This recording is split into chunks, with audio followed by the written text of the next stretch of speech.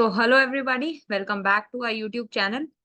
आज जिस चैप्टर को हम लोग स्टार्ट करने वाले हैं एनसीईआरटी डिस्कशन सीरीज के अंदर, that is your biodiversity and conservation. ठीक है, ये जो सीरीज हम लोगों ने अभी चलाई हुई है that is your for your NEET as well as CUET. Majorly हम लोग अभी सीयूईटी के लिए आपकी एनसीईआरटी को डिस्कस कर रहे हैं। क्लास 12th के आपके जितने भी एनसीईआरटी के चैप्टर्स हैं, चाहे वो डिलीटेड चैप्टर्स हैं या जो आपके अभी बोर्ड्स में आए थे वो चैप्टर्स हैं, तो सभी चैप्टर्स को हम लोग एक एक करके डिस्कस कर रहे हैं। तो आज जो चैप्टर हम लोग स्टार्ट करने वाले हैं दैट इज और बायोडाइवर्सिटी एंड कंजर्वेशन। तो इसको स्टार्ट कर लेते हैं। सबसे पहले इंट्रोडक्शन की बात करें अगर, if an alien from a distant galaxy were to visit our planet earth, the first thing that would amaze and baffle him would most probably be the enormous diversity of life he would encounter। देखो, सबको पता है कि हमारे अर्थ के ऊपर diversity बहुत ज्यादा है। डाइवर्सिटी का मतलब एक तरीके से हम लोग बोल सकते हैं वेरिएशंस। वेरिएशंस बहुत टाइप के हैं ना। Number and type of different type of organisms जो है ना, जो हमारी अर्थ के ऊपर रिजाइड कर रहे हैं। रिजाइड का मतलब जो हमारी अर्थ के ऊपर जो एग्जिस्ट कर रहे हैं, वही हमारी क्या बनाती है, बेसिकली बायोडाइवर्सिटी बनाती है। ठीक है, even for humans the rich variety of living organism with which they share their planet never ceases to astonish and fascinate us। The common man would find it hard to believe that there are more than 20,000 species of ants, यानी कि चींटियों की भी जो variety है that is more than 20,000 species, 3 lakh species of beetles, 28,000 species of fishes and nearly 20,000 species of orchids। यानी अर्थ के ऊपर अभी जो डिस्कवर्ड नंबर है that is 20,000 for ants, 3 lakhs for beetles, 28,000 for fishes and 20,000 for orchids. ठीक है, evolutionary and ecologists and evolutionary biologists have been trying to understand the significance of such diversity by asking important questions। अब ये जो ecologist हैं basically ना, या जो हमारे जो एनवायरनमेंट को स्टडी कर रहे हैं बेसिकली, तो उनके मन में कुछ सवाल रहते हैं। सवाल क्या क्या है कि इतनी सारी स्पीशीज है क्यों। अच्छा अच्छा, ये जो डाइवर्सिटी है, इतनी ज्यादा जो डाइवर्सिटी है, क्या ये हमारी अर्थ में बहुत पुराने टाइम से है या ये धीरे धीरे धीरे करके इवॉल्व हुई। इसके अलावा ये डाइवर्सिफिकेशन अगर हुई तो किस तरीके से हुई, है ना। ये डाइवर्सिटी क्यों इंपॉर्टेंट है और किस तरीके से हमारे बायोस्फीयर के लिए इंपॉर्टेंट है। अगर हमारी डाइवर्सिटी कम होती, यानी कि जो number and type of species है वो कम होता as compare to the actual number of species जो अभी एग्जिस्ट कर रहा है, तो क्या हमारा जो बायोस्फीयर है, क्या जो हमारी अर्थ है, वो क्या किसी डिफरेंट तरीके से वर्क करती, और जो हमारा ह्यूमंस है उसको इस बायोडाइवर्सिटी से क्या बेनिफिट होता है। तो हम लोग कोशिश करेंगे कि इन क्वेश्चंस के आंसर धीरे धीरे करके इस चैप्टर के अंदर से हम लोग ढूंढने की कोशिश करें। तो अभी हम लोग आपका जो है टॉपिक के ऊपर चलते हैं। The topic is your biodiversity. In our biosphere, immense diversity or heterogeneity exists not only at the species level but at all level of biological organization, ranging from macromolecules within cells to biomes। देखो, हमारे biosphere के अंदर असल में बहुत ज्यादा diversity exist करती है, जिसको हम लोग क्या बोल सकते हैं, हेट्रोजेनिटी भी बोल सकते हैं ना। तो बेसिकली ये जो हेट्रोजेनिटी हम लोगों को देखने को मिल रही है, ये जो डाइवर्सिटी हम लोगों को देखने को मिल रही है, ये जस्ट सिर्फ स्पीशीज लेवल पे नहीं है, यानी कि ये सिर्फ लोएस्ट लेवल पे नहीं है, बट ये हर लेवल पे बायोलॉजिकल ऑर्गेनाइजेशन के प्रेजेंट है। Biodiversity is the term popularised by the sociobiologist Edward Wilson. यानी कि ये जो टर्म थी ये किसकी वजह से पॉपुलराइज्ड हुई थी, it was popularised by your sociobiologist named Edward Wilson to describe the combined diversity of all the levels of biological organization। यानी कि हर बायोलॉजिकल ऑर्गेनाइजेशन पे जितनी भी डाइवर्सिटी असल में एग्जिस्ट कर रही है डिफरेंट टाइप्स की स्पीशीज की, उसको हम लोगों ने क्या बोला था, उसको हम लोगों ने बोला था बायोडाइवर्सिटी। ठीक है, उसको हम लोगों ने बोला था बायोडाइवर्सिटी। अब उनके अंदर भी जो सबसे इम्पोर्टेंट, अगर हम लोग डाइवर्सिटी को भी हम लोग क्या करें, कैटेगराइज करने की कोशिश करें, तो उसमें भी क्या क्या आ जाता है आपका, genetic diversity, species diversity and ecological diversity. अगर जेनेटिक डाइवर्सिटी की बात करें A single species might show high diversity at the genetic level over its distributional range. अभी जब हम लोगों को एक पर्टिकुलर स्पीशीज की जो डाइवर्सिटी है, जो वेरिएशंस हम लोगों को जेनेटिक लेवल पे देखने को मिल रही है, उसी को हम लोग क्या बोलते हैं? उसी को हम लोग बोलते हैं genetic diversity. The genetic variation shown by the medicinal plant rauvolfia vomitoria, ठीक है। अभी बात किस किस प्लांट की हो रही है? बात हो रही है आपके एक मेडिसिनल प्लांट जिसका नाम है rauvolfia vomitoria, which is growing in different Himalayan range, might be in terms of potency and concentration of the active chemical reserpine that the plant produces. India has more than 50,000 genetically different strains of rice and 1,000 varieties of mango. अब ये क्या बोल रहे हैं? ये बोल रहे हैं कि ये जो वोल्फिया वोमिटोरिया है, ये हिमालय के डिफरेंट डिफरेंट रेंजेस के अंदर पाया जाता है, and according to the range in which it is present, उस हिसाब से ही इनके अंदर क्या होता है, बेसिकली इनकी पोटेंसी यानी कि इनका कितना पोटेंशियल है वो भी वेरी करता है। एंड जो इनकी कॉन्सेंट्रेशन है, जो एक्टिव केमिकल इसके अंदर पाया जाता है रोवोल्फिया के अंदर जिसका नाम है रेजरपाइन, उसकी कॉन्सेंट्रेशन भी जो है according to the different ranges वो भी क्या करती है, वेरी करती है, ठीक है। तो ये जो वेरिएशन हम लोगों को देखने को मिल रहा है, that is known as genetic diversity, यानी कि एक ही पर्टिकुलर ऑर्गेनिज्म के अंदर हम लोगों को जो एक्टिव केमिकल रेजरपाइन है वो भी तो किसी जीन की वजह से सीक्रेट हो रहा होगा ना, तो यहाँ पर डिफरेंट रेंजेस होने की वजह से हमारे जीन्स के अंदर भी हम लोगों को क्या देखने को मिल रहा है, वेरिएशन देखने को मिल रहा है। नेक्स्ट अगर हम लोग बात करें, that is your species diversity. अब स्पीशीज डाइवर्सिटी क्या होगी? The diversity at species level. अगर हम लोग स्पीशीज लेवल पे बात करें, example Western Ghats have higher amphibian species diversity than the Eastern Ghats, ठीक है। यानी कि जो आपके एम्फीबियन स्पीशीज की जो डाइवर्सिटी है वो वेस्टर्न घाट्स पे ज्यादा है as compare to that of Eastern Ghats. और इकोलॉजिकल डाइवर्सिटी क्या होगी? Ecological diversity will be at your ecosystem level. जब हम इकोसिस्टम लेवल के ऊपर डाइवर्सिटी की बात करते हैं, that is your ecological diversity. Example, India, for instance, with its desert rainforest, mangroves, coral reefs, wetlands, estuaries, and alpine meadows, has a greater ecosystem diversity than a Scandinavian country like Norway. अब ये basically क्या दिखा रहा है? Different जगह का ecosystem जो है, डिफरेंट इकोसिस्टम्स के अंदर जो डाइवर्सिटी हम लोगों को देखने को मिल रही है, उसको हम लोग क्या बोल रहे हैं? Ecological diversity.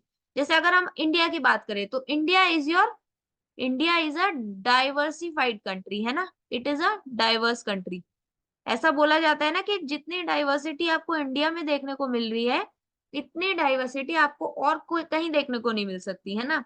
जैसे कि किस किस टाइप के इकोसिस्टम मिल सकते हैं यहाँ पर? Deserts, rain forest, mangroves, coral reef, wetland, estuaries, alpine meadows, ठीक है। तो अगर हम इंडिया की डाइवर्सिटी को नॉर्वे से कंपेयर करें तो इंडिया की diversity is more vast than the country like Norway, ठीक है।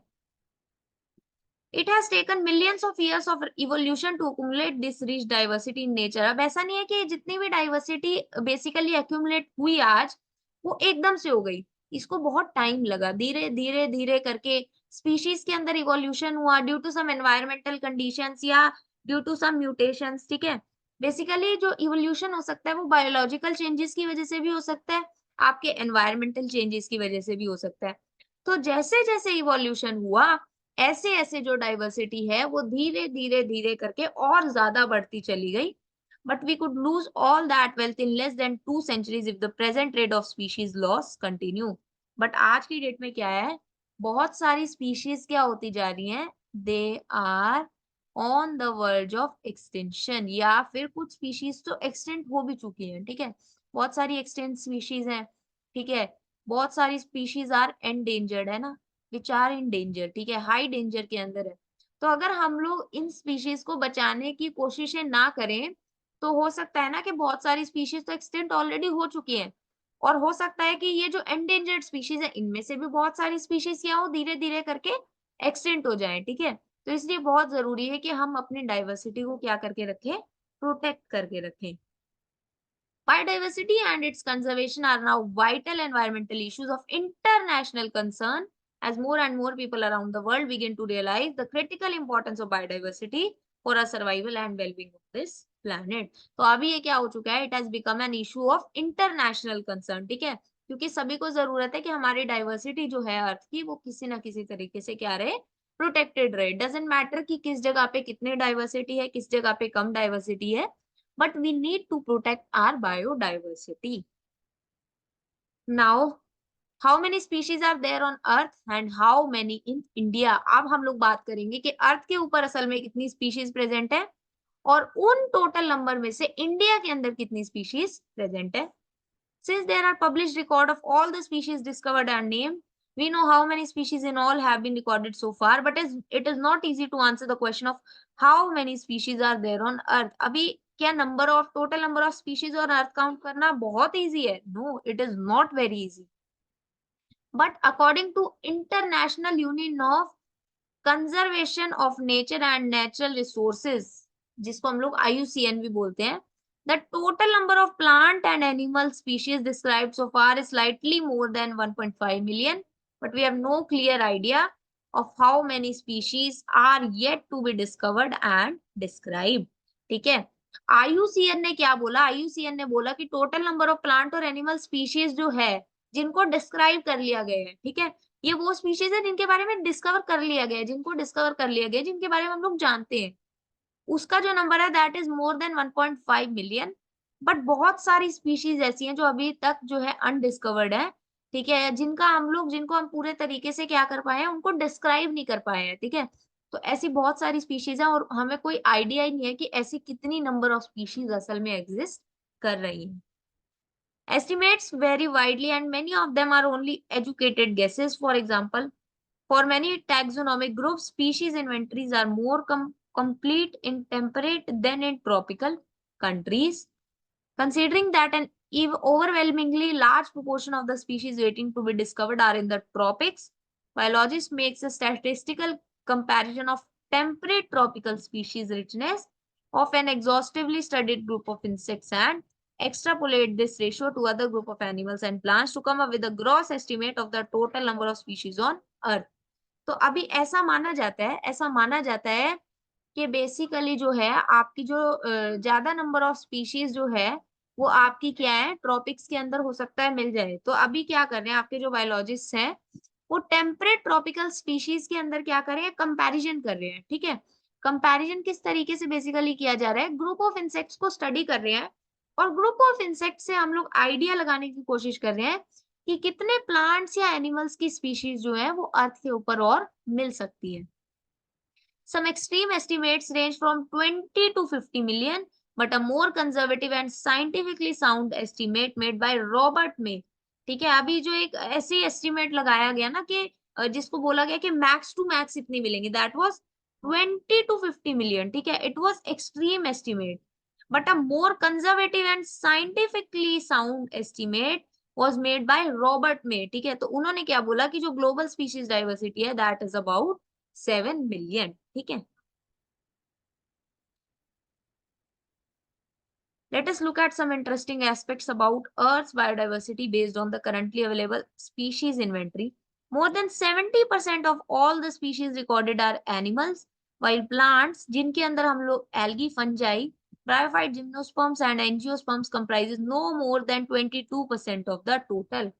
अब क्या बोला गया, ऐसा बोला जाता है कि 70% से ज्यादा जो स्पीशीज रिकॉर्ड करी गई है दैट आर ऑफ एनिमल्स, और प्लांट्स जो हैं जिनके अंदर आपकी algae fungi bryophyte gymnosperm angiosperm सब आ गए, वो 22% से ज्यादा नहीं है।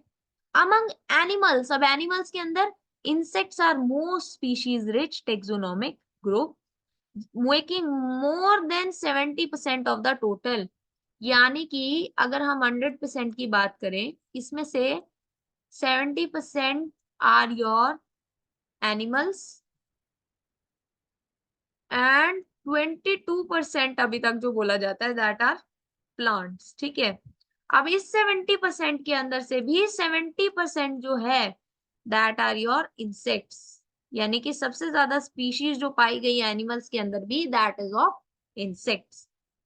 Out of every 10 animals on this planet 7 are insects, यानी कि हर 10 एनिमल्स जो डिस्कवर करे जाते हैं बेसिकली उनमें से 7 क्या है आपकी साथ जो है आपकी इंसेक्ट्स होंगी। Again, how do we explain the enormous diversification? The number of fungi species in the world is more than the combined total of all the species of fishes, amphibian, reptiles and mammals. ठीक है, तो यानी कि ऐसा देखा गया है कि अगर हम लोग सिर्फ फंजाई की स्पीशीज की बात कर ले ना, तो जो टोटल नंबर ऑफ फंजाई की स्पीशीज है वो ना, अगर हम फिशेज, एम्फीबियन, रेप्टाइल और मैमल्स की सारी स्पीशीज को मिला दे, उससे भी ज्यादा नंबर जो है वो फंजाई की स्पीशीज का हमारे अर्थ के ऊपर एग्जिस्ट करता है। ठीक है, तो ये के बेसिकली क्या दिखाया हुआ है, ये आपकी क्या दिखाई हुई है, ये आपका फिगर के अंदर बेसिकली डिफरेंट डिफरेंट स्पीशीज का क्लासिफिकेशन दिखाया हुआ है। ठीक है, अगर हम ग्लोबल बायोडाइवर्सिटी की बात करें तो आपके मेजर टैक्सा की बात यहाँ पर दिखाई है, प्लांट्स, इनवर्टिब्रेट्स और वर्टिब्रेट्स की। अगर हम लोग बात करें यहाँ पर इनवर्टिब्रेट्स की, तो इनवर्टिब्रेट्स के अंदर इंसेक्ट्स जो है सबसे ज्यादा, फिर मोलस्क, क्रस्टेशियन और अदर एनिमल ग्रुप्स। तो इंसेक्ट्स क्या है, मैक्सिमम। ठीक है, क्रस्टेशियन जो है आपके, दीज आर मिनिमम। ठीक है, तो इंसेक्ट सबसे ज्यादा, अदर एनिमल ग्रुप्स उससे कम, मोलस्क उससे कम और क्रस्टेशियन सबसे कम। वर्टिब्रेट्स के अंदर बात करें अगर, फिशेस सबसे ज्यादा, बर्ड्स उससे कम, फिर कम्स योर रेप्टाइल्स एंड उसके बाद मैमल्स और एम्फीबियंस को हम लोग बोल सकते हैं कि दे आर ऑलमोस्ट सेम।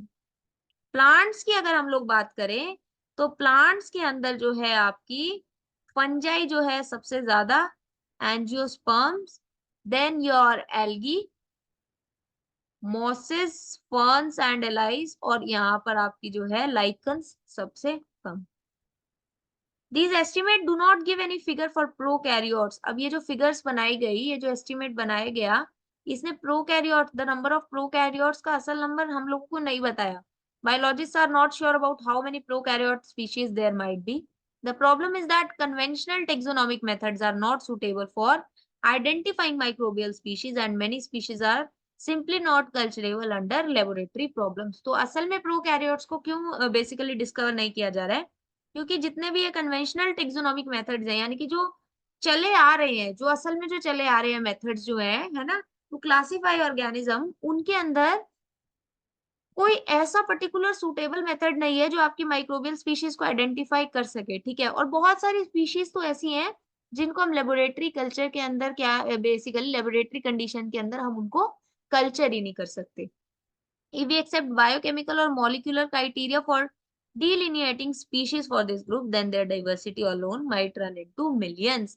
यानी कि अगर हम लोग कुछ पर्टिकुलर क्राइटेरियाज अपनाए ना, इन स्पीशीज को बेसिकली क्या करें डिस्क्राइब करने के लिए, तो हो सकता है कि इन सिर्फ इन स्पीशीज की जो नंबर है वही आपका मिलियंस के अंदर भी चला जाए। ठीक है, although India has only 2.4% of the world's land area. अब क्या बोल रहा है कि इंडिया के पास में वर्ल्ड का लैंड एरिया में से सिर्फ 2.4% है।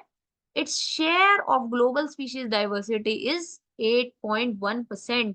यानी कि 2.4% वर्ल्ड का एरिया होने के बावजूद भी हम लोगों के पास में जो ग्लोबल स्पीशीज डाइवर्सिटी है that is of 8.1%। That is what makes our country one of the 12 mega diverse countries of the world. ठीक है, तो हमारी जो कंट्री है that is one of the 12 mega diversity countries of the world.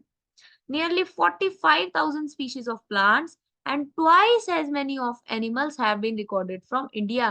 यानी कि अगर आपके प्लांट्स की 45,000 स्पीशीज को डिस्कवर किया गया है, तो एनिमल्स की अराउंड आपकी 90,000 तो बेसिकली इंडिया के अंदर डिस्क्राइब करी गई है।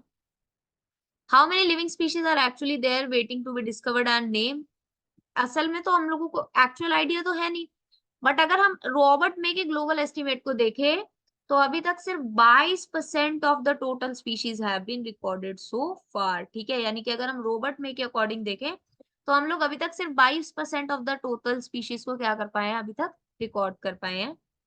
Applying this proportion to India's diversity figure, we estimate that there are probably more than 1 lakh plant species and more than 3 lakh animal species yet to be discovered and described. ठीक है, अगर ये India की diversity figures की हम लोग बात करें तो ऐसा माना जा रहा है कि 1 लाख स्पीशीज प्लांट्स की और 3 lakh animal species are yet to be discovered and described. Would we ever be able to complete the inventory of biological wealth of our country? Consider the immense trained manpower and the time required to complete the job. The situation appears more hopeless when we realize that a large fraction of these species face the threat of becoming extinct even before we discover them. Nature's biological library is burning even before we catalog the title of all the books stocked here. अब ये इससे क्या बोलना चाह रहा है कि आपको क्या लगता है कि हम सारी स्पीशीज को डिस्कवर कर पाएंगे? असल में जितना बड़ा नंबर है, तो सभी स्पीशीज को अगर हम लोग कर भी पाएँ तो हमें पता ही नहीं है कि उसमें कितने साल लग जाएँगे and then also we are not even sure कि हमने क्या सारी स्पीशीज को डिस्कवर कर ली है। या हो सकता है कुछ स्पीशीज ऐसी रह जाएँ, जो हम लोग डिस्कवर भी ना कर पाएँ हों बट वो एक टाइम पे अर्थ के ऊपर एग्ज़िस्ट करी एंड वो हमारे डिस्कवर करने से पहले एक्सटिंक्ट भी हो गई, ठीक है? तो इसीलिए बोला गया है कि नेचर्स की बायोलॉजिकल लाइब्रेरी यानी कि जो इतनी डाइवर्सिटी हमारे नेचर के अंदर है, ये क्या हो रही है धीरे-धीरे करके डिस्ट्रॉय होती जा रही है। इससे पहले कि हम लोग क्या कर पाएँ, इन सभी स्पीशीज़ को क्या कर पाएँ बेसिकली डिस्कवर और रिकॉर्ड कर पाएँ उससे पहले ही, ठीक है? Now we will be talking about the patterns of biodiversity. Patterns of biodiversity में सबसे पहले आते हैं आपके latitudinal gradients. The diversity of plants and animals is not uniform throughout the world but shows a rather uneven distribution. अभी जो plants और animals की डाइवर्सिटी है वो पूरे अर्थ के ऊपर यूनिफॉर्म तो है नहीं है ना? बट उसके अंदर क्या है ना बेसिकली एक अनइवन डिस्ट्रीब्यूशन है। कई जगह पे बहुत ज्यादा है, कई जगह पे बहुत कम है, कई जगह पे एक नॉर्मल नंबर है, ठीक है? तो ऐसे करके वो क्या कर रही है बेसिकली वेरी कर रही है। For many groups of animals or plants, there are interesting patterns in diversity, the most well-known being the latitudinal gradient in diversity. In general, the species diversity decreases as we move from the equator towards the pole. क्या बोल रहा है ये? ये बोल रहे हैं कि जो स्पीशीज डाइवर्सिटी है वो डिक्रीज होती रहती है जैसे-जैसे हम लोग इक्वेटर से पोल्स की तरफ जाते हैं। With very few exceptions, tropics harbor more than temperate or polar areas. यानी कि ये क्या बोल रहे हैं देखो, जो आपका इक्वेटर है, उसके ऊपर ज़्यादा स्पीशीज़ हैं as compared to that of poles, ठीक है? दूसरी बात वो क्या बोल रहा है कि ट्रॉपिक्स के ऊपर, ट्रॉपिक्स का मतलब क्या हो गया जहाँ पर जो latitudinal area that is 23.5 degree north to 23.5 degree south. इस एरिया के अंदर आपके ट्रॉपिक एरिया के अंदर there are more species than the temperate और पोलर एरियाज। टेम्परेट और पोलर एरिया से ज्यादा आपकी स्पीशीज डाइवर्सिटी ट्रॉपिक्स एरिया के अंदर ज्यादा प्रेजेंट है। Colombia located near the equator has only 1400 species of birds while New York at 41 degree has 105 species and Greenland has only 56 species, ठीक है? तो जैसे-जैसे हम लोग क्या करते जा रहे हैं आपके पोल्स की तरफ चलते जा रहे हैं ना, तो जो नंबर ऑफ स्पीशीज है वो क्या होता जा रहा है धीरे-धीरे करके डिक्रीज होता जा रहा है। India with much of its land in the tropical latitude has more than 1200 species of bird. अब अगर हम इंडिया की बात करें, क्योंकि इंडिया का जो मोस्ट ऑफ द एरिया है वो किस तरफ है, वो ट्रॉपिकल लैटिट्यूड की तरफ है। तो India has more than 1200 species of birds. A forest in a tropical region like Ecuador has up to 10 times as many species of vascular plants as a forest of equal area in the temperate region like Midwest of the USA. अब ये क्या बोल रहे हैं कि एक forest जो tropical region के अंदर एग्जिस्ट कर रहा है, एग्जांपल किसका दिया हुआ है लाइक इक्वेडोर, तो उसके अंदर 10x स्पीशीज प्रेजेंट हो सकती है ऑफ अ वेस्कुलर प्लांट, ठीक है? जितनी जो है आपके बेसिकली जितना एरिया वहां पर प्रेजेंट है एक टेम्परेट रीजन के अंदर, जितना एरिया एक फॉरेस्ट का टेम्परेट रीजन के अंदर प्रेजेंट है, उससे भी 10x टाइम्स जो है आपकी ट्रॉपिकल रीजन के एक एरिया के अंदर बेसिकली आपकी स्पीशीज का नंबर जो है वो मिल सकता है। The largely tropical Amazonian rainforest in South America has the greatest biodiversity on earth. ठीक है? तो जो आपका Amazon rainforest है, it has the greatest biodiversity on earth. It is home to more than 40,000 species of plants, 3,000 of fishes, 1,300 of birds, 427 of mammal, 427 of amphibian, 378 of reptiles, and more than 1,25,000 invertebrates.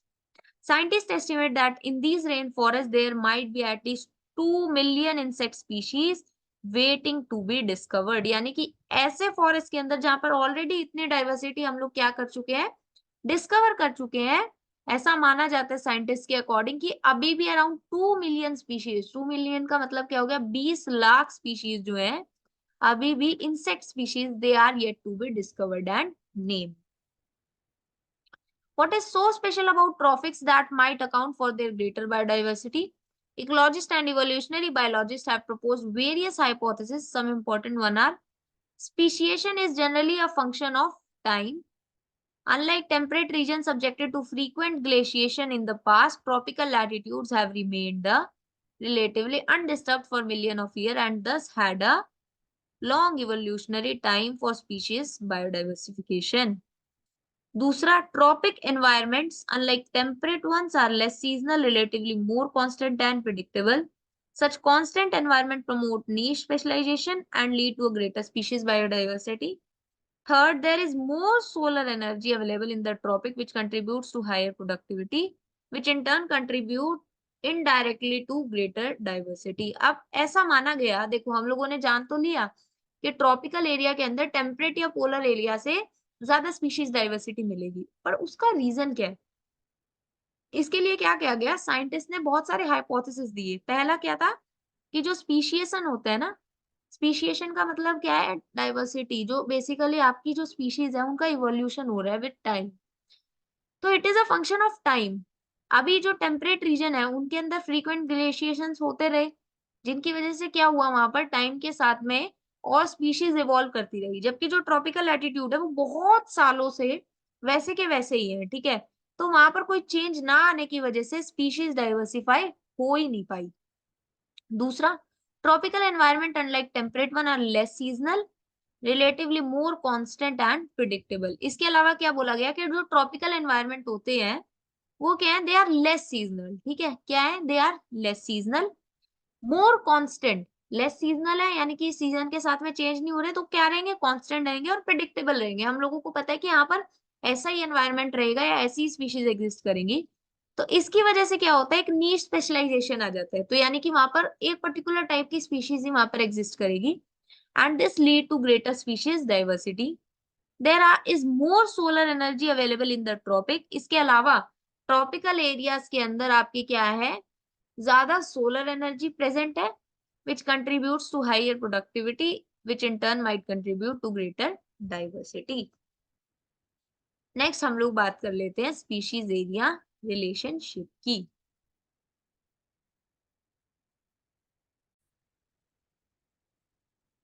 तो अब हम लोग बात करेंगे species area relationship की. During his pioneering and extensive exploration in the wilderness of South American jungle, the great German naturalist and geographer Alexander von Humboldt. So now this scientist is very important. He observed that within a region, species richness increased with increased explored area, but only up to a limit. In fact, the relationship between species richness and area for a wide variety of taxa, जिसके अंदर आपके angiosperm plants, birds, bats, fresh water fishes, turns out to be a rectangular hyperbola. On a logarithmic scale, the relationship is a straight line described by the equation log S is equal to log C plus Z log A, where S is the species richness, A is area, Z is the slope of line and C is your Y intercept. अब ये क्या बोल रहे हैं, जो आपके Alexander von Humboldt थे, ये जब एक्सपेरिमेंट्स कर रहे थे तो इन्होंने एक चीज ऑब्जर्व करी. वो चीज क्या ऑब्जर्व करी, इन्होंने ऑब्जर्व किया कि जैसे जैसे हम लोग एरिया बढ़ा रहे हैं जिसके अंदर हम लोग स्पीशीज को डिस्कवर करने की कोशिश कर रहे हैं, जब हम लोग स्पीशीज डाइवर्सिटी को स्टडी कर रहे हैं, तो वो जो नंबर था वो एक पॉइंट ऑफ टाइम तक क्या हो रहा है, इंक्रीज हो रहा है. बट उसके बाद में जो है वो एरिया क्या हो जाता है, वो एरिया क्या हो जाता है आपका, वो कांस्टेंट हो जाता है. ठीक है, तो जो स्पीशीज रिचनेस और एरिया के अंदर क्या है, जब एक ग्राफ प्लॉट किया गया, एक रिलेशनशिप निकाला गया, that was your rectangular hyperbola. और इसी को हम लोग किस इक्वेशन से रिप्रेजेंट करते हैं, log S is equal to log C plus Z log A. अब एस क्या होता है आपका, स्पीशीज रिचनेस, कितने टाइप की स्पीशीज वहां प्रेजेंट है. A is your area, Z is your slope of the line, है ना, and C is your Y intercept. अब ये क्या दिखा रहा है, दिस इज योर CAZ, यहाँ पर आपका लॉग बेसिकली हटा दिया गया है, एंड अगर हम लोग लॉग की बात करें, log S is equal to log C plus Z log A, ठीक है। तो ये ग्राफ आपका बहुत इंपॉर्टेंट है। Ecologists have discovered that the value of Z lie in the range of 0.1 to 0.2 regardless of the taxonomic group or the region. But if you analyze the species area relationship among very large areas like entire continent, you will find that the slope of line is to be much steeper. ठीक है, अगर हम लोग क्या करते हैं basically, हम अगर हम लोग बहुत लार्ज एरिया के अंदर अगर हम लोग देखें, तो जो आपका Z का वैल्यू है वो 0.6 से 1.2 भी चला जाता है, ठीक है। ये क्या बोल रहे हैं, ये बोल रहे हैं कि डजेंट मैटर आप किस एरिया के अंदर देख रहे हो या फिर आप किस टेक्सोनॉमिक ग्रुप को देख रहे हो, बट जनरली जो Z की वैल्यू पाई जाती है शॉर्ट रेंज के लिए, दैट इज योर 0.1 टू 0.2। पर अगर हम लोगों ने क्या कर दिया, एरिया बढ़ा दिया, बहुत लार्ज कॉन्टिनेंट्स को हम लोग जब स्टडी कर रहे हैं, तो जो आपका स्लोप है दैट इज मच स्टीपर, यानी कि जो आपकी Z की वैल्यू 0.6 से 1.2 तक भी चली जाती है। Example for frugivorous birds and mammals in tropical forests of different continents, the slope is found to be 1.15, यानी कि जो फ्रूगिवोरस यानी कि जो फ्रूट ईटिंग बर्ड्स होती हैं और मैमल्स होते हैं डिफरेंट कॉन्टिनेंट्स में, जब उनको हम लोगों ने स्टडी किया, उनका जब हम लोगों ने स्पीशीज रिचनेस और एरिया का ग्राफ देखा, तो जो Z का वैल्यू था दैट वाज अराउंड 1.15। ये आपको याद रखना है, और एक ये वाली वैल्यू आपको Z की याद रखनी है। Now, the importance of species diversity to the ecosystem. Does the number of species in a community really matter to the functioning of ecosystem? This is a question for which ecologists have not been able to give a definitive answers.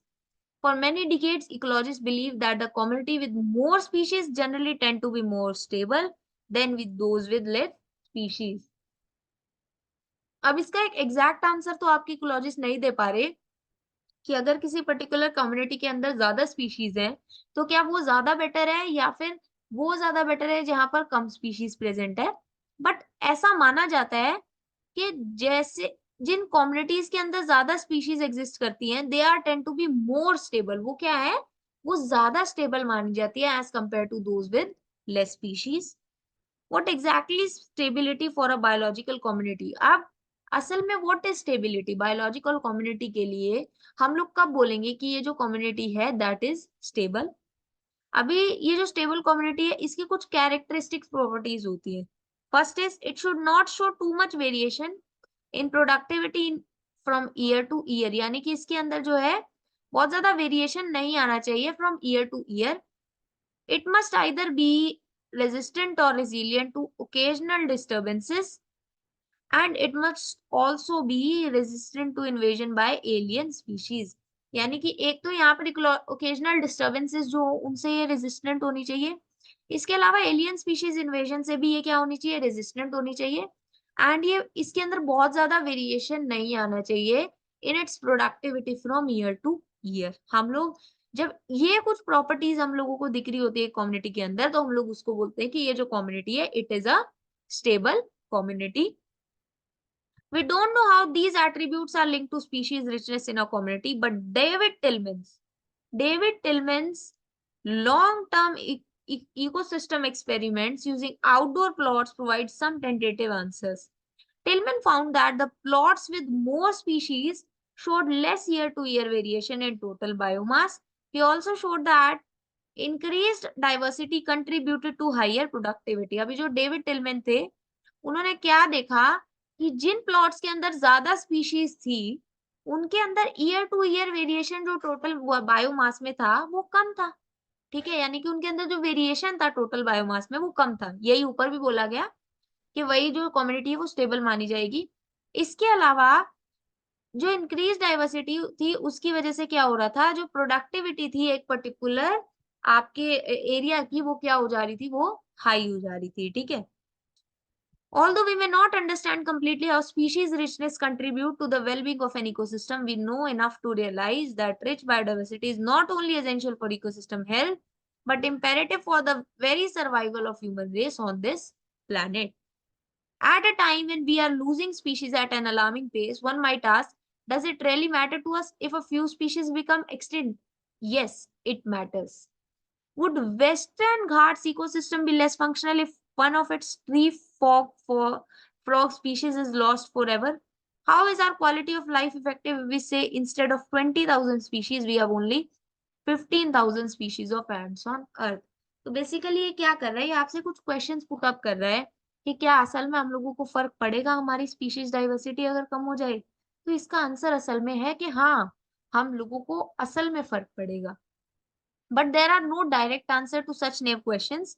But we can develop a proper perspective through an analogy, the rivet poppet hypothesis. अब बात किसकी आई? बात आई आपकी rivet poppet hypothesis. ये भी आपका बहुत important है.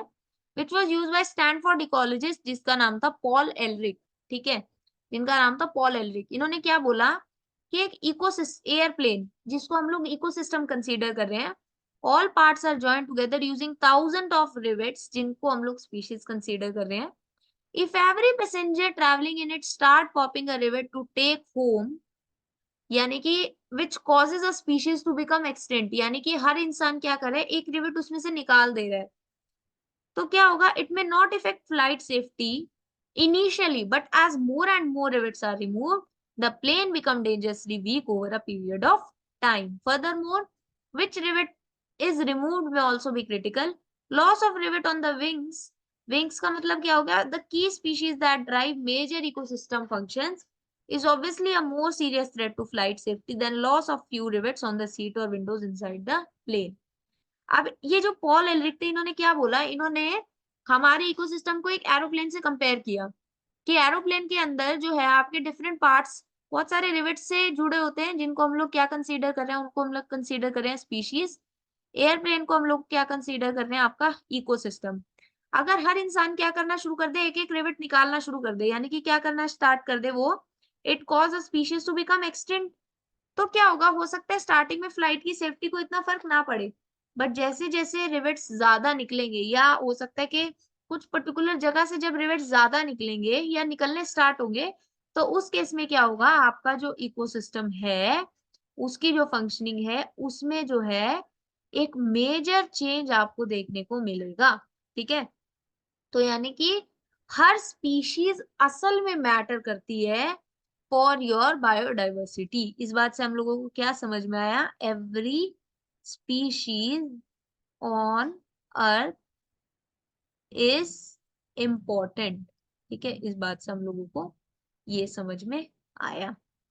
इसको आप लोग ने क्या बोला? रिवेट पॉपेट हाइपोथेसिस, जिसको किसने दिया था? आपके पॉल एलरिक ने. ठीक है, अब बात आती है loss of biodiversity. While it is doubtful if any new species are being added through speciation, यानी कि जो न्यू स्पीशीज ऐड हो रही हैं वो किस तरीके से ऐड होती हैं? वो ऐड होती हैं through speciation. into earth treasury of species there is no doubt about their continuing losses.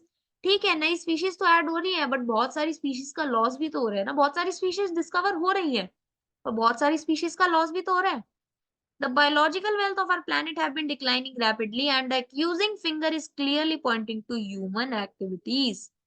The colonization of tropical Pacific islands by humans is said to have led to the extinction of more than 2,000 species of native birds. जो humans ने क्या किया असल में, tropical Pacific islands पे colonisation करना start कर दिया. उसकी वजह से मोर देन 2,000 स्पीशीज जो नेटिव स्पीशीज थी वहां की बर्ड्स की, उनका क्या हो गया? वो एक्सटिंक्ट हो गई. IUCN रेड बुक लिस्ट के अकॉर्डिंग आपके 784 स्पीशीज एक्सटिंक्ट हो चुकी हैं, जिनके अंदर आपकी 338 वर्टिब्रेट्स है. ठीक है, 359 इनवर्टिब्रेट्स एंड 87 प्लांट स्पीशीज हैं इन द लास्ट 5 ईयर्स. यानी कि पिछले 500 सालों में 784 स्पीशीज ऑलरेडी एक्सटेंट हो चुकी हैं, जिनके अंदर आपके वर्टिब्रेट्स भी इंक्लूडेड है, इनवर्टिब्रेट्स भी इंक्लूडेड है और आपके प्लांट स्पीशीज भी इंक्लूडेड है. अच्छा, एग्जाम्पल कौन कौन से है? डोडो मॉरिशस, क्वागा जो आपको अफ्रीका में पाया जाता था, थाइलासीन जो ऑस्ट्रेलिया का था, स्टेलसी काउ रशिया, एंड 3 सब स्पीशीज बाली, जवान, Caspian of tiger. The last 20 years alone have witnessed the disappearance of 27 species. Last 20 सालों के अंदर ही आपकी 27 स्पीशीज क्या हो चुके हैं, ऑलरेडी एक्सटेंट हो चुके हैं.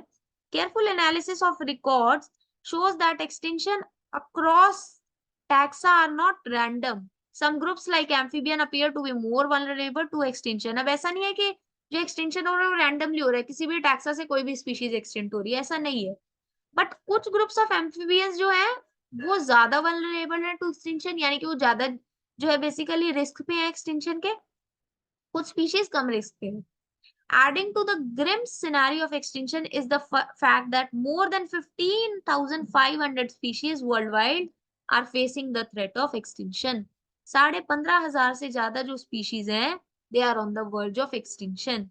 Presently, 12% of all bird species, 23% of all mammal species, and 32% of all amphibian species, and 31% of all gymnosperm species in the world face the threat of extinction. From a study of the history of life on Earth through fossil records, we find that large-scale loss of species like the one we are currently witnessing have also happened earlier, even before humans appeared on the scene. ठीक है, यानी कि ये जो species का loss हो रहा था ये पहले भी हो रहा था. ठीक है, जब ह्यूमंस नहीं थे तब भी जो स्पीशीज का लॉस है वो अर्थ के ऊपर हो रहा था. During the long period since the origin and diversification of life on earth there were 5 episodes of mass extinction of species. How is the sixth extinction presently in progress different from the previous episodes. यानी कि जो आपका origin का long period है तब से लेके अभी तक ऑलरेडी 5 एपिसोड्स मास एक्सटेंशन के हो चुके हैं. और ये जो 6 एक्सटेंशन जो अभी जो चल रहे हैं, जो वर्ज ऑफ एक्सटेंशन अभी चल रहा है, क्या वो इन पांचों से अलग है? और अगर अलग है तो वो किस तरीके से अलग है? The difference is in the rate. वो जो डिफरेंस है उनके बीच में, वो है डिफरेंस जो है वो रेट की वजह से, यानी कि जो रेट ऑफ एक्सटेंशन है वो चेंज हो गया.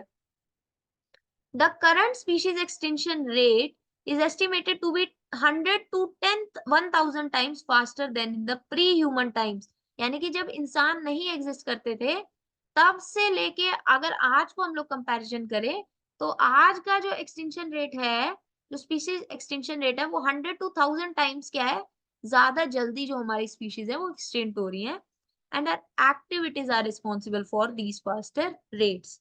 Ecologists warn that if the present trends continue, nearly half of all the species might be wiped out within the next 100 years. यानी कि अगले 100 सालों के अंदर अगर हम लोगों ने ध्यान नहीं दिया अभी भी, तो आधे से ज्यादा स्पीशीज जो अभी अर्थ के ऊपर है वो क्या हो जाएंगी, आपकी एक्सटेंट हो जाएंगी.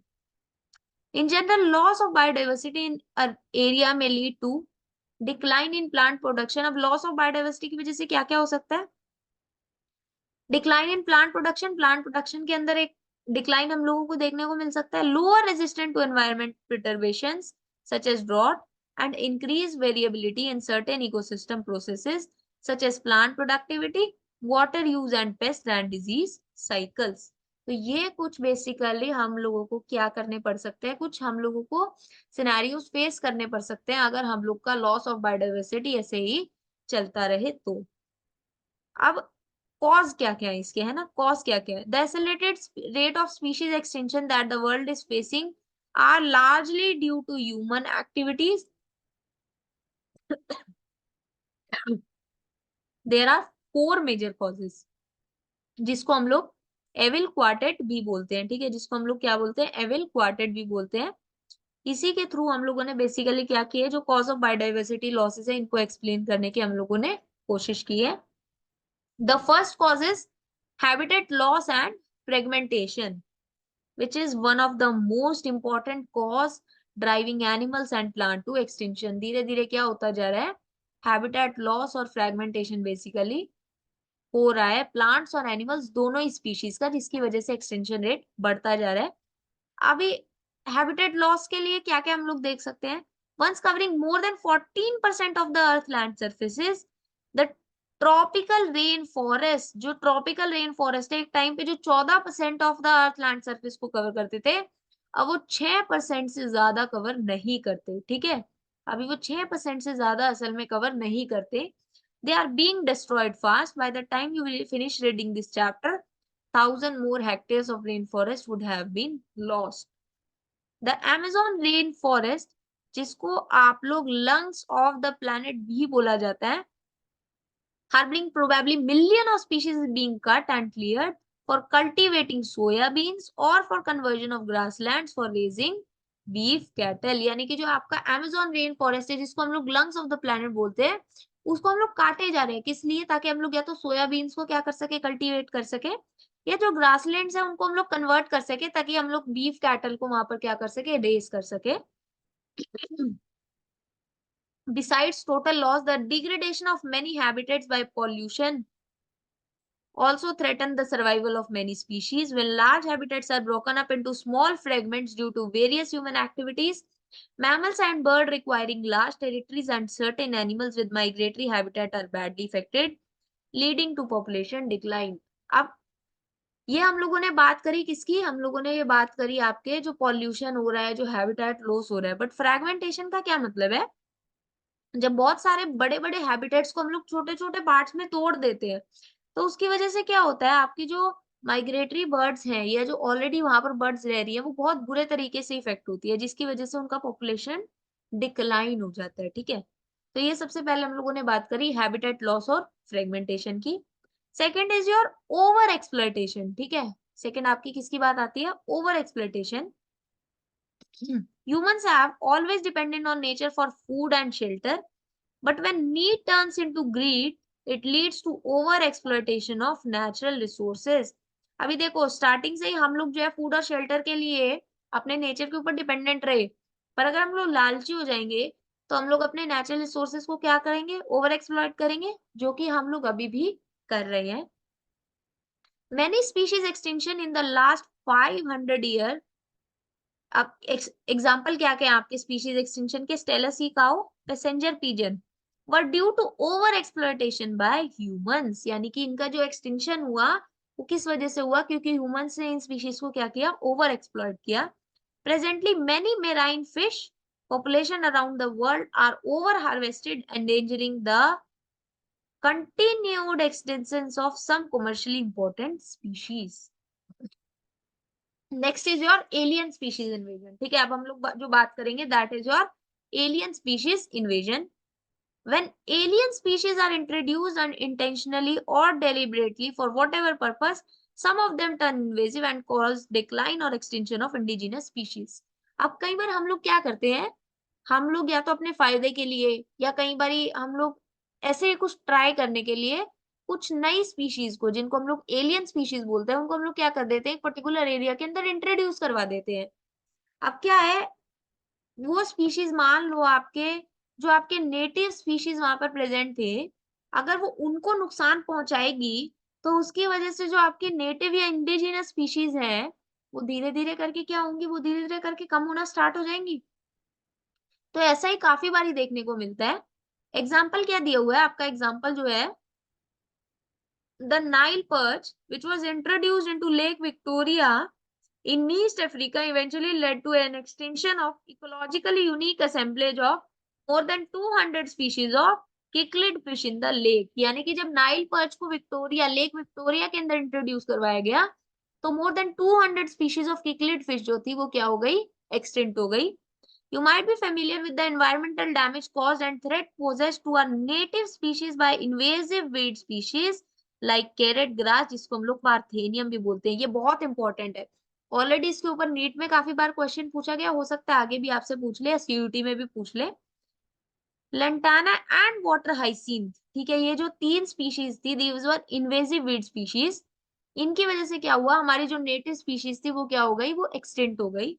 The recent illegal introduction of African catfish, Clarius gariepinus, for aquaculture purposes is posing a threat to the indigenous catfishes in our rivers। यानी कि अभी हम लोग जो क्या कर रहे हैं, हम लोग आपकी अफ्रीकन कैटफिश को, हम लोग जो आपकी अफ्रीकन कैटफिश जो है जिसका नाम क्लेरियस गैरीपाइनस है, उसको हम लोग जो इंट्रोड्यूस करवा रहे हैं, उसकी वजह से जो हमारे इंडिजिनस कैटफिशेज है उनको एक थ्रेट फेस करने को मिल रहा है। And the last point of this evil quartet, जो रीजन है आपका, आपकी जो स्पीशीज धीरे धीरे करके कम होती जा रही है, दैट इज योर को extinction. When a species become extinct, the plant and animal species associated with it in an obligatory way also become extinct. ये पॉइंट बहुत इंपॉर्टेंट है। क्या बोल रहे हैं? मान लो कि कोई ऐसी स्पीशीज है जो आपकी एक्सटेंट हो गई, तो उसके ऊपर जो प्लांट और एनिमल स्पीशीज डिपेंड कर रहे थे, जो उनके बीच में जो ऑब्लिगेटरी वे यानी कि कंपल्सरीली जो उनके ऊपर ही डिपेंडेंट थे, वो भी क्या हो जाएंगे? एक्सटिंक्ट होना स्टार्ट हो जाएंगे। इसी को हम लोग बोलते हैं को एक्सटिंक्शन। एग्जाम्पल क्या है? When a host fish species become extinct, its unique assemblage of parasites also meet the same fate.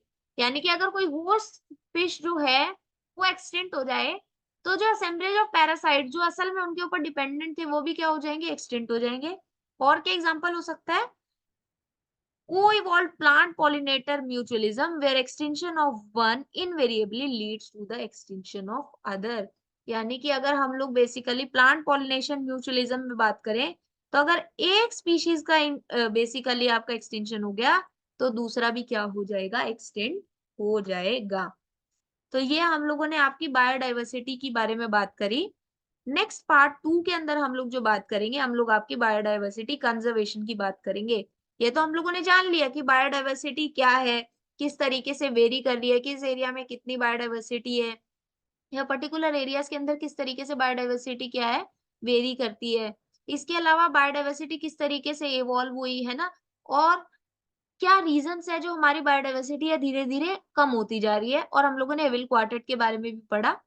Next video के अंदर हम लोग बात करेंगे कि हम लोग अपनी बायोडायवर्सिटी को कंजर्व करने के लिए क्या-क्या मेथड्स को अडॉप्ट कर सकते हैं, ठीक है? सो आई होप इतना आप लोगों को समझ में आया। एंड अगर आप लोगों ने हमारे चैनल के ऊपर पहली बार विजिट किया है, तो इसी सीरीज के अंदर हम लोगों ने ऑलरेडी बहुत सारे क्लास 12th के चैप्टर्स आपके कवर कर चुके हैं, जो आपके सीयूईटी के लिए और नीट के लिए दोनों के लिए बहुत हेल्पफुल रहने वाले हैं, क्योंकि आप लोग का सीयूईटी और नीट दोनों ही बहुत पास में है। तो आप लोग चाहें तो बाकी के हमारे चैप्टर्स को भी इसी सीरीज के थ्रू आप लोग क्या कर सकते हैं? रिवाइज कर सकते हैं। एंड इसके अलावा अगर आप लोगों को हमारी ये वीडियो पसंद आई हो, तो please like the video. And if you are new to our channel, do subscribe to our channel। आगे अगली वीडियो जो है आपकी बहुत जल्दी आएगी। Till then, keep learning।